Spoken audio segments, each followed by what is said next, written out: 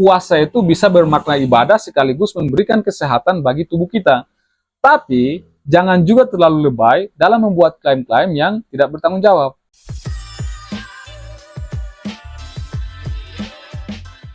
Oke, jadi kemarin saya dikirimi sebuah video dari channel Aris Farah mengenai manfaat puasa untuk kesehatan. Kita nonton dulu videonya ya. Ahli biologi asal Jepang berhasil meneliti bahwa ternyata pada saat seseorang menahan lapar, tubuh itu mulai berusaha untuk memakan sel-sel yang rusak, termasuk sel penuaan, sel-sel prakanker, semuanya bakal disikat habis. Bahkan karena penelitiannya ini, beliau mendapatkan Nobel dalam fisiologi atau kedokteran pada tahun 2016 atas penemuannya tentang autofagi. Masya Allah, berarti ini ada hubungannya dengan puasa dong? Iya benar banget, puasa memang merupakan salah satu pemicu utama autofagi. Ketika tubuh kehabisan asupan energi dari luar, sel-sel mulai mencari bahan bakar di dalam dirinya sendiri sehingga proses pembersihannya aktif. Durasinya sangat bergantung pada metabolisme individu, aktivitas fisik, dan apa yang dimakan sebelum berpuasa. Dan yang meneliti hal tersebut adalah ahli biologi asal Jepang, yaitu Bapak Yoshinori Ohsumi. Jadi tubuh itu secara otomatis kayak melakukan bersih-bersih pada saat puasa? Iya, makanya kita tuh dianjurkan untuk berpuasa. Dan dalam riset dari Dr. Ohsumi, beliau membuktikan bahwa sel yang ada dalam tubuh kita memiliki sistem daur ulang yang luar biasa, yang sangat penting untuk kesehatan dan umur panjang. Serta puasa adalah salah satu cara untuk mengaktifkan sistem tersebut. Nah, sekarang kita bahas statement pertama mereka. Jadi di video itu, mereka bilang bahwa ada ahli biologi asal Jepang yang mendapatkan Nobel dalam fisiologi atau kedokteran pada tahun 2016 atas penemuannya tentang autophagy. Nah, bagian ini benar ya teman-teman. Jadi gini, Prof. Yoshinori Ohsumi itu adalah ahli biologi sel asal Jepang dari Tokyo Institute of Technology, dan beliau memang diberikan penghargaan Nobel dalam bidang fisiologi or medicine tahun 2016. Nah, penghargaan ini diberikan atas penemuan-penemuannya tentang mekanisme autophagy. Tapi pertanyaannya adalah, apa sebenarnya yang bikin penelitian Ohsumi ini revolusioner sampai dia mendapatkan penghargaan Nobel gitu? Jadi gini ceritanya. Dulu sebenarnya autophagy ini sudah ditemukan tahun 1960-an-nya. Para ilmuwan itu sudah tahu kalau ada misalnya proses yang disebut sebagai self-eating di dalam sel. Tapi ya mereka nggak tahu gimana caranya, gen apa yang mengaturnya, prosesnya kayak gimana, itu belum ada yang tahu gitu. Nah, Prof. Ohsumi inilah yang kemudian berhasil mengidentifikasi gen-gen yang mengontrol autophagy. Dan uniknya, dia hanya menggunakan ragi sebagai model penelitian. Nah, dari ragi sederhana inilah, kita kemudian paham mekanisme yang terjadi pada tubuh manusia. Ternyata, pada saat seseorang menahan lapar, tubuh itu mulai berusaha untuk memakan sel-sel yang rusak, termasuk sel penuaan, sel-sel prakanker, semuanya bakal disikat habis. Well, bagian ini yang perlu kita bahas satu persatu ya, soalnya kalau nggak hati-hati bisa berpotensi menyesatkan, terutama soal klaim mereka mengenai sel-sel prakanker yang disikat habis. Tapi pertama kita bahas dulu soal memakan sel rusak. Nah, ini benar ya teman-teman, karena memang itulah definisi autophagy. Autophagy itu berasal dari bahasa Yunani ya. Auto artinya diri sendiri, phagy artinya memakan. Jadi secara harfiah, sel itu lagi makan komponen dirinya sendiri. Nah, ini semacam proses pembersihan gitu.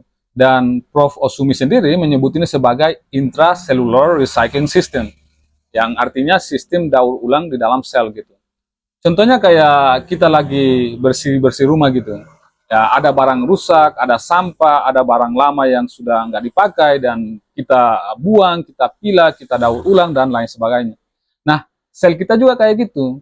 Melalui proses yang disebut sebagai autophagy inilah, sel kemudian membersihkan protein yang salah lipatan dan organel yang sudah rusak. Seperti misalnya mitokondria tua, lalu mendaur ulang komponennya jadi energi dan bahan baku baru. Jadi, pada bagian ini informasinya memang benar ya. Kemudian yang kedua soal sel penuaan, ini juga benar. Autophagy itu berperan untuk membersihkan sel-sel yang rusak, termasuk yang berkaitan dengan penuaan. Bahkan gangguan pada proses autophagy ini dikaitkan dengan berbagai penyakit terkait usia, terutama yang namanya penyakit neurodegeneratif. Nah, neurodegeneratif itu simpelnya kayak penyakit di mana sel-sel saraf di otak kita itu rusak dan mati secara perlahan. Akibatnya itu bisa Alzheimer, Parkinson atau gangguan gerak, dan penyakit Huntington atau gangguan gerak dan mental. Jadi autophagy yang aktif itu punya peran dalam mencegah penyakit-penyakit seperti itu. Nah, teman-teman mungkin pernah dengar istilah blue zones kan? Nah, bagi yang belum, blue zone itu adalah wilayah-wilayah di dunia yang penduduknya punya umur panjang di atas rata-rata. Salah satunya di Ikaria, Yunani.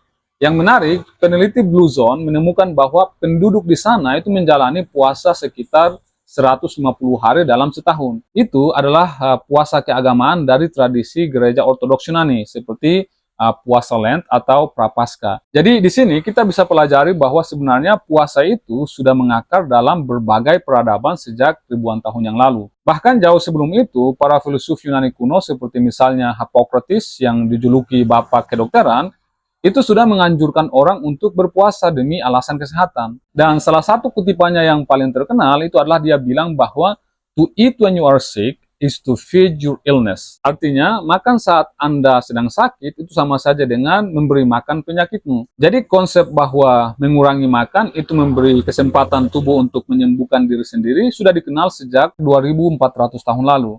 Nah, hal ini menunjukkan bahwa secara biologis, puasa memang praktek universal manusia. Nenek moyang kita itu berevolusi dalam kondisi kelangkaan makanannya, sehingga ya tubuh kita secara alami dirancang untuk bisa beradaptasi dengan periode tanpa makanan gitu. Tapi yang menarik, setiap tradisi itu memberi perspektif yang berbeda pada praktek universal ini ya. Dalam Islam misalnya, puasa Ramadan itu hadir dengan struktur, misalnya ada aturan, ada niat, ada hal-hal yang membatalkan, dan ada nilai spiritual yang melekat di dalamnya gitu. Puasa dalam Islam bukan hanya soal menahan lapar dan haus ya, tapi juga menahan diri dari hal-hal yang mengurangi makna puasa itu sendiri.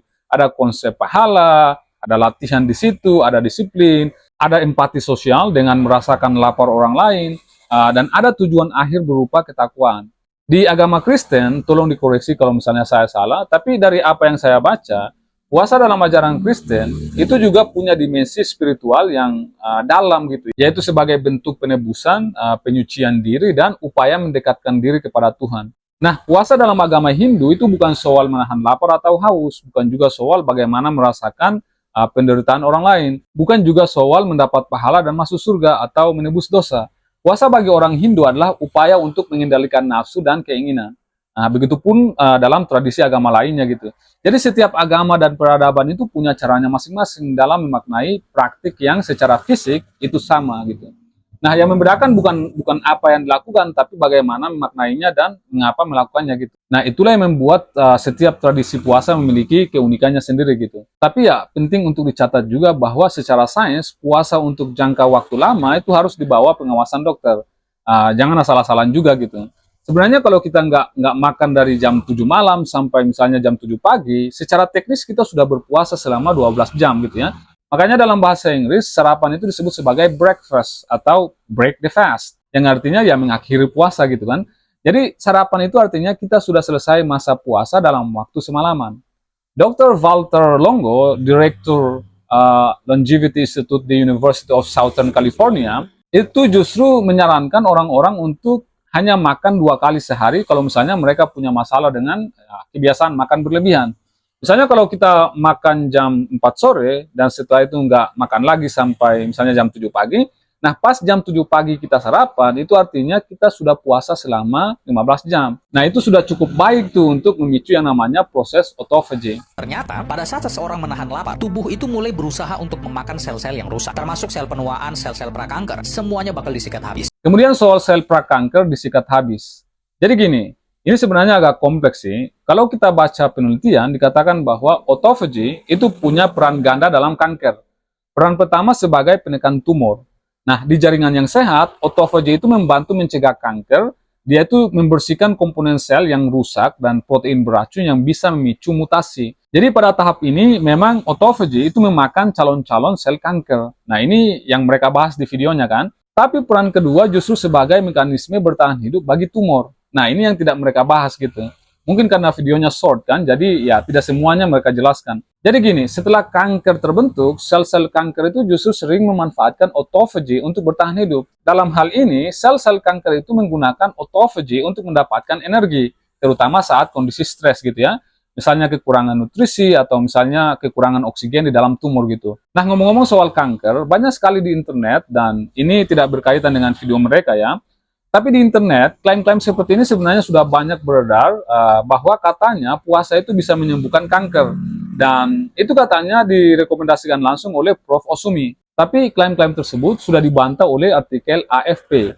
Dalam memverifikasi klaim-klaim yang telah beredar luas di internet, AFP itu langsung menghubungi Tokyo Institute of Technology, tempat Prof. Osumi bekerja, di mana pihak Tokyo Institute of Technology itu secara resmi mengatakan bahwa Prof. Osumi itu tidak pernah membuat pernyataan yang beredar di media sosial seperti itu. Jadi, semua kutipan yang mengatasnamakan Prof. Osumi soal puasa yang menyembuhkan kanker itu palsu alias hoax.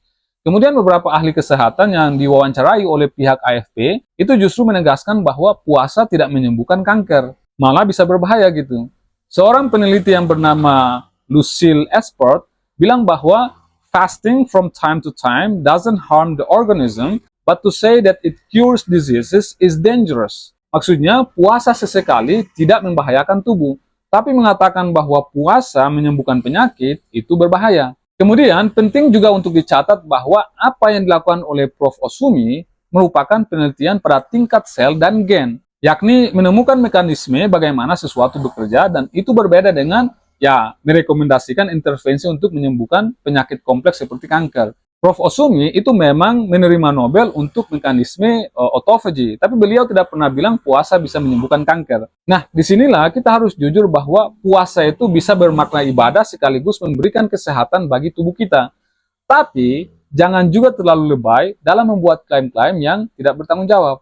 Oke, saya kira cukup sekian. Saya Muin Banyal. Salam apapun itu untuk ilmu pengetahuan dan jangan mati sebelum meninggalkan karya.